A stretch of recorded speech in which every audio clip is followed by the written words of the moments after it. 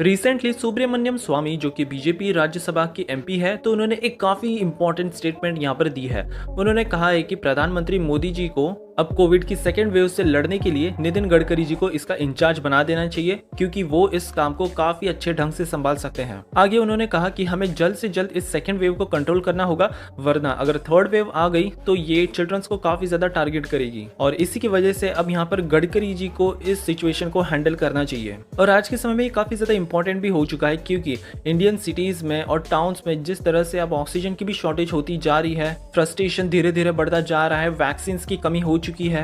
In fact हम proudly कहते थे पहले फार्मेसी ऑफ वर्ल्ड, लेकिन अब हालात ऐसे बन चुके हैं कि छोटे छोटे देशों से हम वैक्सीन को इंपोर्ट करा रहे हैं इंडिया के भीतर, और ये काफी भयावह स्थिति आ पड़ी है। आगे उन्होंने ट्वीट करते हुए कहा कि इंडिया कोविड-19 के पैंडेमिक को तो सर्वाइव कर ही लेगा, जिस तरह से हमने इस्लामिक इन्वेडर्स और ब्रिटिशर्स से सर्वाइव किया था। लेकिन अगर कोविड की थर्ड वेव आ गई तो यहाँ पर काफी बड़ा कैटास्ट्रोफी बन जाएगा और पीएमओ पर रिलाई करना तो पूरी तरह से यूजलेस है।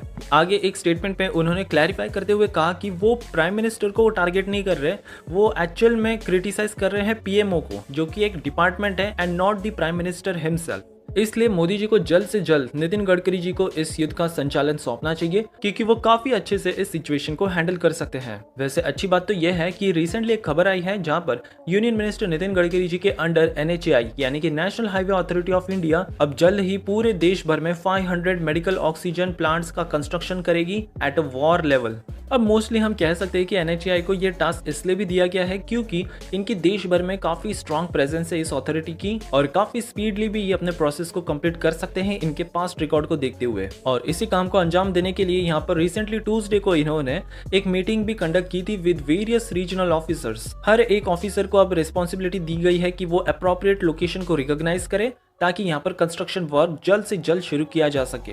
इनफैक्ट अब एनएचएआई के साथ डीआरडीओ भी मिलकर काम करेगा। आगे एनएचएआई ने काफी इंपॉर्टेंट स्टेटमेंट दिया है। उन्होंने कहा कि अगर रेनफोर्स कंक्रीट को हम यूज ना करें, ये ज्यादा जरूरी ना हो, तो हम हमारी रिक्वायर्ड साइट को 15 दिन के भीतर पूरी तरह से रेडी कर सकते हैं। लेकिन अगर आरसीसी रिक्वायर्ड है तो इस एंटायर प्रोसेस में एटलीस्ट 1 महीने का समय लग जाएगा। यहाँ पर नितिन गडकरी ने ट्वीट करते हुए कहा कि हमारे इंजीनियर्स अब डॉक्टर्स के साथ मिलकर ऑक्सीजन सप्लाई करेंगे टू नीडी पेशेंट्स, और जिस तरह से रिकॉर्ड स्पीड से हमने रोड कंस्ट्रक्शन किए हैं, तो उसी स्पीड से हम अब जल्द ही इन ऑक्सीजन प्लांट्स का भी कंस्ट्रक्शन करेंगे to save life and to save every Indian. और वैसे भी देखा जाए तो इंडिया के जो हेल्थ मिनिस्टर है डॉक्टर हर्षवर्धन, तो वो काफी ज्यादा पोलाइट है, लेकिन अब समय ऐसा आ चुका है कि इस सिचुएशन को हैंडल करने के लिए एक दमदार शख्सियत की आवश्यकता है। And if I am not wrong, तो नितिन गडकरी जी इस सिचुएशन को हैंडल करने के लिए एक आइडियल चॉइस बन सकते हैं। वैसे आपकी क्या राय है इसके बारे में, हमें जरूर से कमेंट करके बताइएगा।